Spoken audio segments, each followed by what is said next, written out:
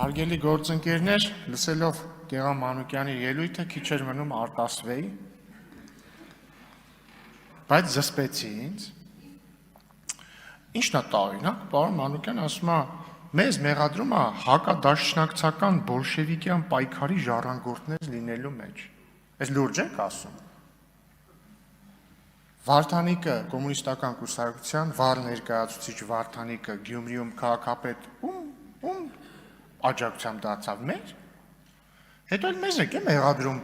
այլասերվածություն քարոզելու համար։ Չկա ավելի մեծ այլասերվածություն, քան դաշնակցա բոլշևիկյան բանը, դաշինքը։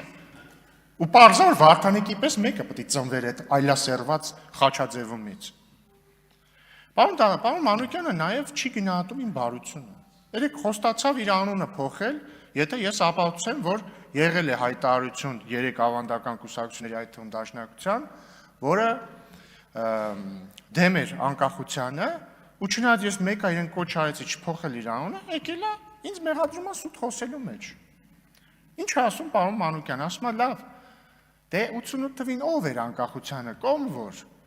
Մենք, բայց ճիշտ բանին անկախությանը կողմ ենք։ Շատ լավ,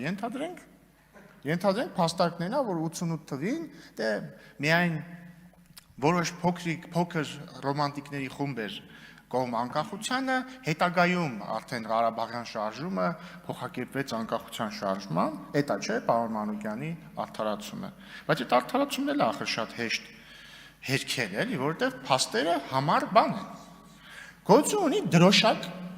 պաշտոնաթերթ։ Բոլոր դաշնակցականները գիտեն ինչ է դա ասեմ ավելին մինչև այս պահը գործող ամենահին թերթերից մեկն է 19-րդ դարում է հիմնադրվել, դա դաշնակցության պաշտոնաթերթն է։ Օրինակ եթե բացեք դրոշակ թերթը այսօրվա, հաստատ չեք տեսնի, որ օրինակ Նիկոլ Փաշինյանի կառավարությունը գործում է հաջող կամ Անդրանիկ Քոչարյանը լավ մարդ է, չեք գտնի այդպիսի որևէ արտահայտություն, որովհետև դրոշակ պաշտոնաթերթը արտահայտում է դաշնակցության պաշտոնական կարծիքը։ Եվ ինչ էր ասում դրոշակ պաշտոնաթերթը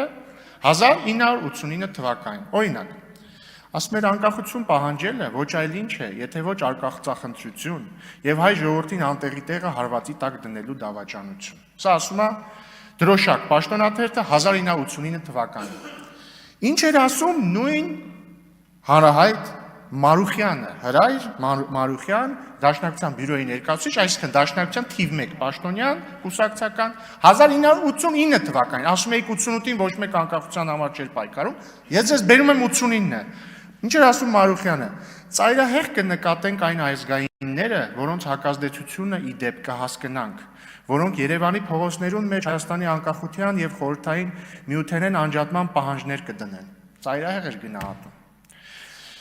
Չեք ուզում 89-ը, գնանք 1990, ինչ է ասում Դաշնակցության պաշտոնաթերթը։ Բոլոր հանրապետությունները անկախության իրարանցումի մեջ են, իսկ հայությունը կարող է իր հստակ հայտարարություններով ցույց տալ, որ երբեք չի խզի իր հարաբերությունները ռուս ժողովրդի հետ։ 90-ը բավարար չի, գնանք 91, հասկանում եք, 91 տարի, որում Հայաստանը անկախացել է արդեն։ Չենք կարող ձեռք բերել անկախություն, չենք կարող պաշտպանել այդ անկախությունը եւ չենք կարող միջազգային ասպարեզում համակիրներ շահել մեր անկախության համար։ Էլի 90 թիվ։ 91 կներեք։ Եթե մեր ազգային եւ մարդկային նպատակներին կարելի է հասնել ուրիշ ճանապարհով, ապա ժամանակավոր կամ նույնիսկ ընդմիշտ կարելի է հրաժարվել անկախությունից։ Սա գիտեք ով է ասել։ Ընդհանրապես իմ մեջ բերած հատվածների մեծ մասը ասել է Էդվարդ Հովհաննիսյանը Դաշնակցության մեծերից։ Հաջորդը, էլ 91 թվին է ասվել սա։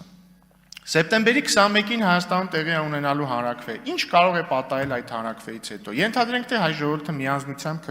միաձայնությամբ քվեարկեց խորհրդային միության կազմից դուրս գալու օգտին։ Ինչ պիտի դրանից փոխվի։ Նախ նշենք, որ միայն շատ միամիտները կարող են ենթադրել, որ ժողովրդի կամքը կարող է որևէ նշանակություն ունենալ նրա քաղաքական ճակատագրի մեջ։ Ասեմ ավելին, նույնիսկ 92 անկախությունից հետո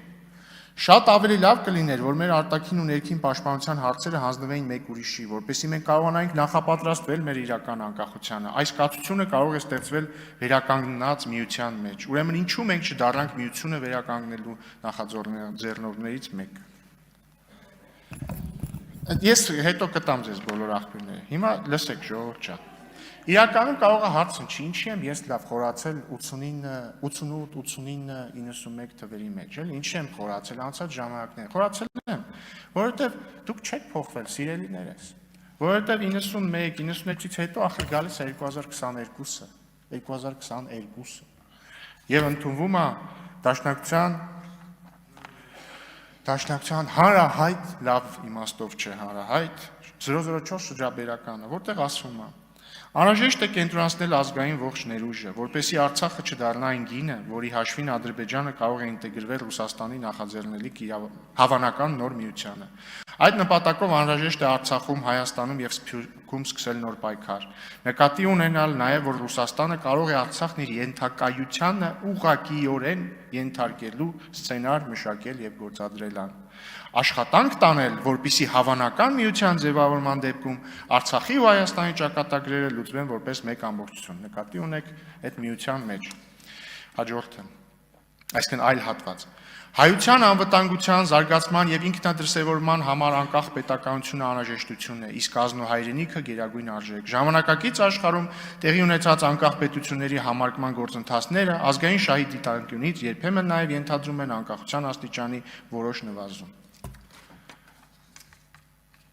Չեք կարող վիճել ուղղակի դուք իմ հետ, հասկանում եք, դուք չեք կարող իմ հետ վիճել, որովհետև դուք միշտ դեմ եք եղել Հայաստանի անկախությանը, հիմա էլ եք դեմ։ Բայց ես նաև ունեմ հիպոթեզ, ինչի է այդպես։ Օրինակ, պարոն Մանուկյանն այստեղ խոսեց նաև առաջին հանրապետության մասին։ Եվ ես կարծում եմ, օրինակ, ես երբ որ մեղադրում եմ դաշնակցականներին, ես չեմ մեղադրում առաջին հանրապետության դաշնակցականներին։ Ես մեղադրում եմ ձեզ։ Ինչի՞։ Որովհետև ես կարծում եմ, դուք Ստոկհոլմյան սինդրոմի զոհ եք։ Որովհետև դուք մի անգամ ձեզ բախտ է վիճակվել ղեկավարել Հայաստանը, որը անկախացել է 600 տարի անց, 2 տարվա մեջ անկախությունը, տեսեք, նույնիսկ չեմ ասում մսխել եք, ուղղակի չեք կարողացել պահել անկախությունը, բայց ես ենթադրում եմ, որ դա ձեր վրա անդրադարձել է հետևյալ կերպ, դուք մեղավոր եք ձեզ զգացել եւ Ստոկհոլմյան սինդրոմի մեջ եք ընկել, որ ասել եք, կարող է մենք սխալ ենք արել, որ անկախության համար ենք պայքարել, կարող է պետք էր հանձնվել։ Ու դրա համար խորհրդային միության, ասենք, խորհրդային միության չէ, 50-ական, 60-ական թվականներից դաշնակցության մեջ մտածողության պարադիգման փոխվել, որ մենք ոչ թե պետք է պայքարենք անկախության համար, այլ պետք է հանձնվենք ու փորձենք ոչ թե պետական երազանքների հետևից գնալ, այլ ազգային։ Ու ձեր դեպքում դուք հակադրել եք ազգայինը պետականին, դա ակնհայտ է դրոշակի հոդվածներից։ Հիմա ժողովուրդ ջան, բան չի, ամոթ չի փոխվելը, ամոթ չի։ Մեր կուսակցությունը մենք փոխվել ենք։ Դուք հաճախ ասում եք, տեսեք, դուք ասում եք մինչև պատերազմը մի բան, հետո մեկ այլ բան, մենք էլ չենք հերքում։ Ասում ենք, այո, ասել ենք, որովհետև պետք է փոխվել, երբ որ դու հասկանում ես այս ճանապարհը։ Սխալը դու գնում ես այս մյուս ճանապարհով, երբ որ դու տեսնում ես իրադրությունը աշխարհի փոխվում է, դու գնում ես այս ճանապարհով։ Մի մնացեք 1960-70-ականների որոշակի կենտրոններից թելադրված նարատիվների տակ։ Մենք ունենք անկախ հանրապետություն, մեր աչքի լույսը, եկեք իրար հետ փայփայենք դա։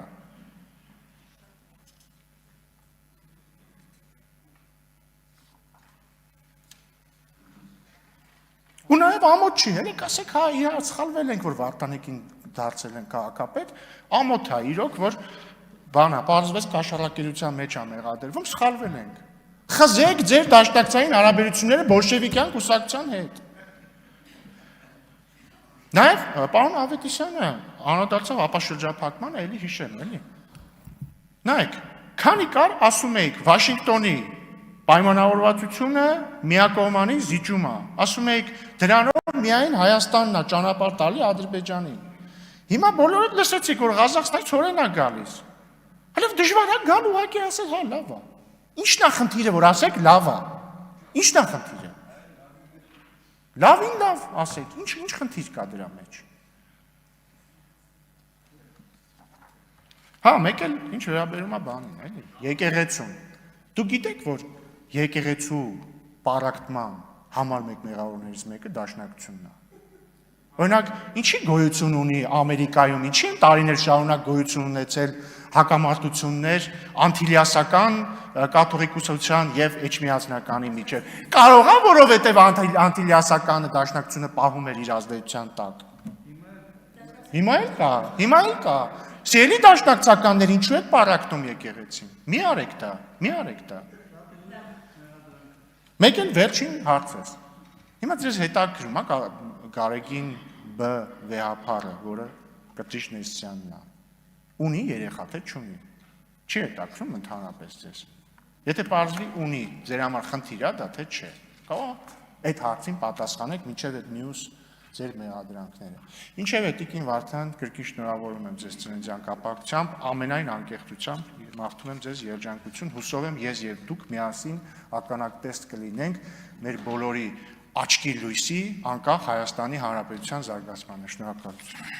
Շնորհակալություն, պարոն Ռուբինյան, հաջորդ ելույթի համար Տիգրան Պարսելյան համեցեք։ Հա